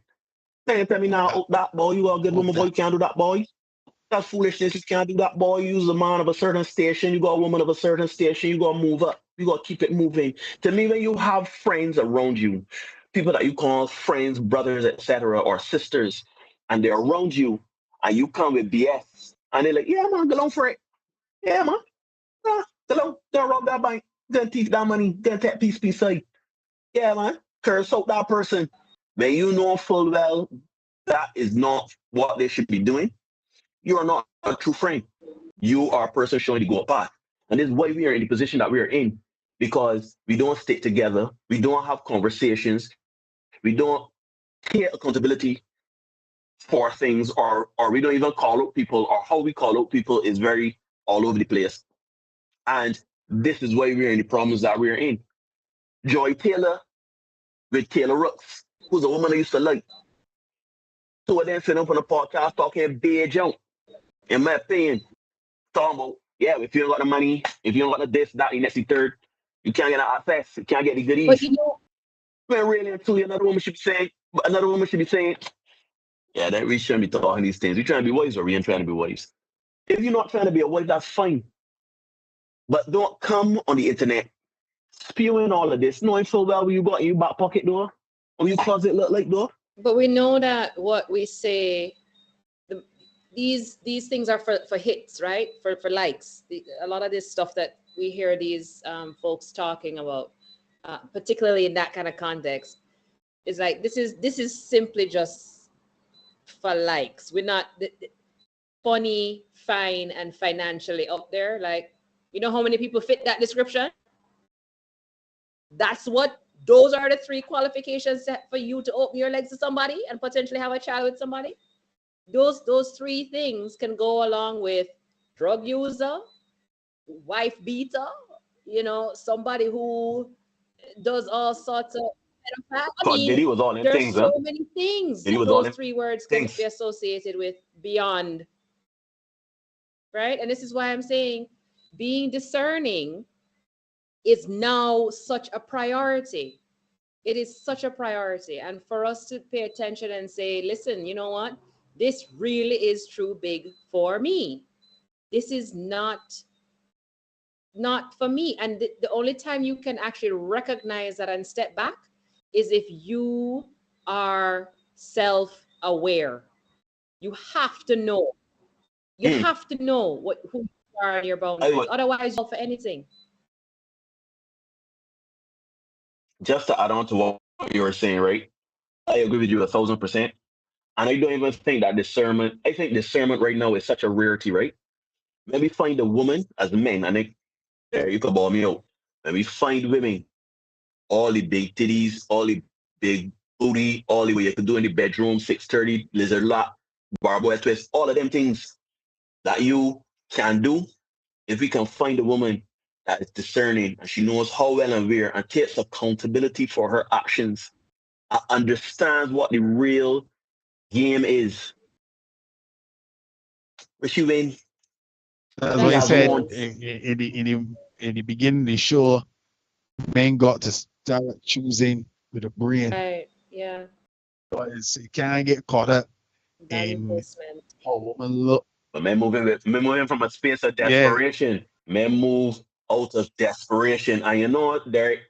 And I know both of you, all three of us, we have conversations, we listen to certain content, we have certain affirming quotes, videos, etc. Right? Now, when you operate from the space of lack, desperation, you chasing all the time. You willing to do anything for it. You willing to behave anywhere for it. You willing to portray anything for it. Sleep You with willing to anybody for it. lie, cheat, and steal for it. You would do anything for it. But if you say, you know what, I let that one go alone because I'll that will add come. As Derek said, get in the gym. two other things I would add to your comment though. Operating from a space of desperation, and well, I guess things I want to leverage that kind of lend to desperation are boredom and feeling alone, right? Because people use different words to say the same thing. If they conflate things, is what I should say. So when we're talking desperation, some people may be thinking or have associations with that, saying, Lord, that person really, the thirsty, right? The thirst traps type of thing. The pick-me's, right? The desperation kind of associates with those things. But you also have to think about the people who are operating from a space of sheer boredom.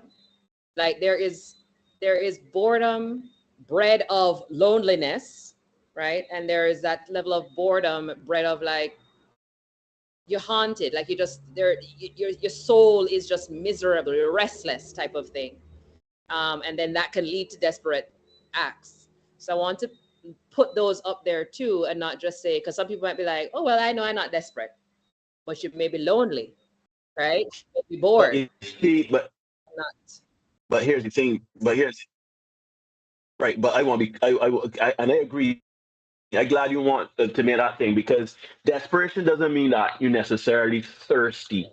When I think of desperation is born out of fear. There are a lot of people that are afraid of being alone, afraid of being judged harshly. Right. So basically, I agree with you, and just put it in the context that people understand. When they say desperate, I don't mean that yo here about white raggedy clothes and you. No, you trying to hit a half court shot, hoping and praying to get same before he buzzer hit triple zeros. No, what it is that desperation is born out of fear. And a lot of people are walking this earth full of fear. Shoot, I can be honest and say that I operate out of fear sometimes. But that is something that I am actively working on. A normal It is human something that you have to see, recognize. And this comes out of you. It's a human response. But going back to what Dr. Carey was saying about being self-aware, because some of the things that we're afraid of are things that we conjure up in our mind. It is us playing out situations and saying, oh, if it plays out, like for example, You could be a young, vibrant woman. You in your 30s, like, oh Lord, I can die alone. I am, shoot, not even in your 30s, you can be in 20s. I can die alone. I ain't getting a body, boom, boom, boom, boom, boom, boom, boom, right? I ain't gonna find a body. I ain't gonna this and that. And it puts you in this space of, I can be alone. So anything come, I got a lot to open. Next thing you know, 4, 5, 6, 7 men down the road in 10 years or whatever, or shoot, months, it could be.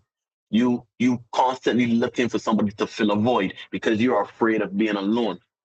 And I think that a lot of people don't recognize or realize that if you just steady the course, steady on, as Derek said, do the hard work. For men is get in the gym, learn a trade. Make sure you understand money, understand self, etc. For women, it is women understanding self, being self-aware. Dr. Kerry can speak a bit more to that, but it comes down to you being self-aware and knowing what your fears are, and knowing what your trigger points are, and actively working to deal with them. Because Joy operated from a fear that she may always be a bartender and be nothing else but that. Fear, she got the opportunity to be an FS1, and she said, I can make most of this, but I'm afraid that my talent is not good enough. I am fearful that my whatever it is, lack of knowledge, lack of experience, insecurities of self, looks, way she speaks, whatever. She may say, look, oh, you look good. I could do a You thing in the bring that out. bedroom. This way it is. But it's fear. It's fear. And fear is ruling a lot of people. If you start to realize, like, look, I can do this thing if it take me 10, 20 years. Right? She may be, and to be fair, Joy might be studying. I can't put in a 15, 20 years in this, but what you look like, you know who I rate? You know who I rate? What's he saying? Lady reporter for the NBA. She's now a reporter. Doris The white Burke. woman, mine. The glasses. Yes, Burke. Right? No, that woman was a silent reporter. She was a bookend reporter. No, she calling games next. Mike Breen and some of the top men in the field. Right? No, I ain't saying I would hope and pray it never come out that she do anything strange for a bit of change, but she seems to be one that is very knowledgeable, and she rests on that and did her hard work. Right? The only thing that could dissuade fear is knowledge, is understanding, whether it's of self, of the topic or field that you're in, the people or situation that you're going into. Once you know what you're getting into, you understand the thing, it helps to dissuade some of that fear. Not all of it, some of it. But it's better than going in blind, thinking that anything that touch you is a boogeyman. That is the problem, and we are afraid. And as Derek said, it is a human response. That is fine. But then let me understand that we are all human, because we somehow get to think that only women is the ones only men act out of desperation, and women are forced into doing things that being taken advantage of. If you make a decision to lie down with 20 men, own it. I tell there all the time, I read women that's getting say, yeah, boy, I sleep with 20 men last year. I don't like when women say, I sleep with 20 men last year. No, I'm ready to be a wife. I got a problem with that. I got a problem with that. You gotta pick a lane. Use either carpenter or use a mason. You can't be a moonlighter. You gotta go all in. Some people can do both, but you have to commit to something. So for me, I think there's one of these situations where I am not surprised, but I'm not surprised because the woman or as a man is just a person in power. It's people trying to get fame. It's trying people to get power, success, money. However you slice it, it's just people trying to get ahead. Men would sleep with cows to get ahead. Women would sleep with Shoot. horses to get ahead. As the It girl Taylor happens. said in the same clip there, when the money in front of you, what you willing to do, And to your point, And Neil, that, the but, only way but to get past the fear and to get the competence, you got to put in the work. Competence is the way them use it here. You got to put in work. Learn your craft, learn your field. That way you able to stand and yourself. represent yourself in any forum, right?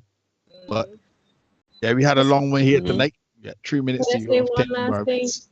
Well, go Eric, ahead, Doc. Go ahead, Doc. that point you said, because at the end of the day, when you put in that work, you stay your course, at least nobody can come back and say, well, me did hear say you sleep with so and so you have dash belly for this person and this and that about that, right? Facts. Because Facts. for me, with all of the Facts. years in school and sit down quiet in a corner doing what I'm doing, nobody can come to me at this point and say, well, The this boy was can't not pull out video and say, Terry, let's hear you that, let's know, hear that. Boy kissing can't up do this that. man and that man over there. Mm. Where? Right? And these are Exactly. integrity, discernment, integrity, those Out. values are weakened in Yo. our social structure as it is right now. So people who follow those trends. So like for me, for instance, I will never have a day of fame, and I am good with that. Perfectly fine. Right? Because the Cautious values, to the soft Want pillow, your money man. green.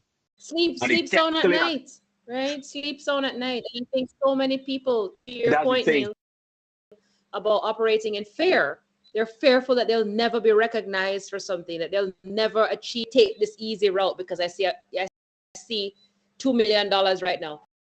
No, right. But if you Acknowledgement. stay the Ego. course, you Mhm. could have made 20 million though. You know? So, But and just to add on to your point, right? I think there's something to be said for integrity for real. Like I think once you can look yourself in the mirror and when you go see and close your eyes, you could say, yeah, boy, I could have do that right. different, but at least I did it my way. There ain't nothing sweeter, right? There ain't nothing sweeter by achieving saying by sweating you, bro, you know. There ain't nothing sweeter by knowing that somebody or you had faith and belief in yourself and you did it with integrity. You got to fame, fortune, comfort, whatever it is.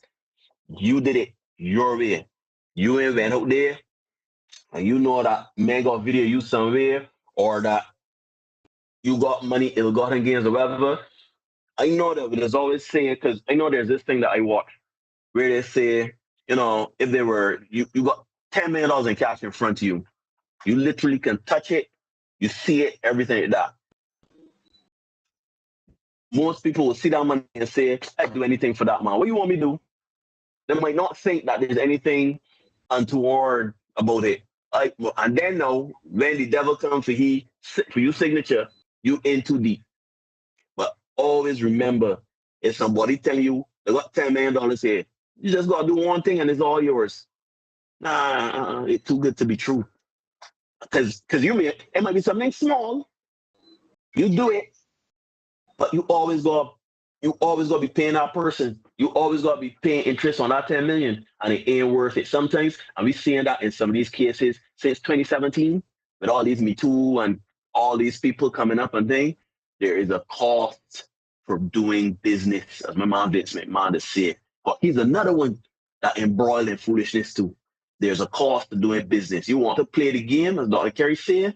You can play Monopoly by the rules, or you could play Monopoly the way that I used to play. Cause I haven't played Monopoly in a long time because I used to break rules. I used to thief. I used to carry a property, do side deals. I was hard. I was not a good person at Monopoly, and I have not played it since because it brings out the worst in me. Therefore, I gotta know that it's too big for me. I can't play it. But if you know that, man, I can do this and do that and sell my soul and this and that the next. Yeah, what's the victory? What? You slept your way to it. All it shows you is that the coochie Is it good. though? That's all. After all that mind? And the thing is here, I wonder how Miss Taylor will look back But if a at it. mom willing to pay 1.5 free, But that's the thing, you got to wonder how they taking feel that, sorry. now when they look back at it. Is the current situation in terms of the embarrassment and all that, is it all worth it at Right. this point? That's the Right. because we really got to ask itself, right? But then look back at this whole situation, I think, yeah, he lay down with them people and they cool. They offer this 1.5 and they cool with it. They get out of it, you know. That is the real question. But then the free That's lunches, what as Neil would have said, you know, 4 10 is Barbados, the boy. rest of the Eastern Caribbean. Thank you so much. You've been watching the Senate podcast. Like, share, subscribe. We know it's been a while since we've been here, but we're gonna try and we can be back for you again within Hopefully, it won't take me a month to get back here. But as the situations are right, we'll Be here. we'll be back. We gotta talk about Travis Hunter. We gotta talk about Tia Mowry. Oh God. Shoot, we gotta talk about Melissa Ford. Yeah, but you're about to not don't get it no, don't get it no. But you're back in Yeah, news. Tia always in the news. Me too. I don't really go to the news. Oh gosh. And we gotta talk about Melissa Ford, her Woo! podcast the Haven't other heard day. from her. So we got some Melissa Ford. interesting stuff Melissa lined up. Ford. But anyhow, folks, be the best version of you for you. Yeah. You can ignore reality if you want, but you cannot ignore the consequences of ignoring reality. Yeah. Dr. Carey and Neil, we don't make any rules. We just make sure you know what they are. Yeah. We can see you guys again very, very soon. Please remember. The contaminated environment. And the tutus about that. We will see you all guys soon. Neil, we got one video before we get out of here from TJ King. Let's draw it out for the people as we head on out. I'm scared. Okay. Hey, TJ, I see you with the sweatpants on. The anaconda bulging, baby. Appreciate it. I see you with them leggings on, and let me tell you, you got a fat. Here we take sexual harassment very seriously. What you did is unacceptable. Bridget is pressing charges as we speak. You're looking at 25 to life. I'm gonna need you to go ahead and clock out, and this is why we do not hire from the tip agency. Go for it.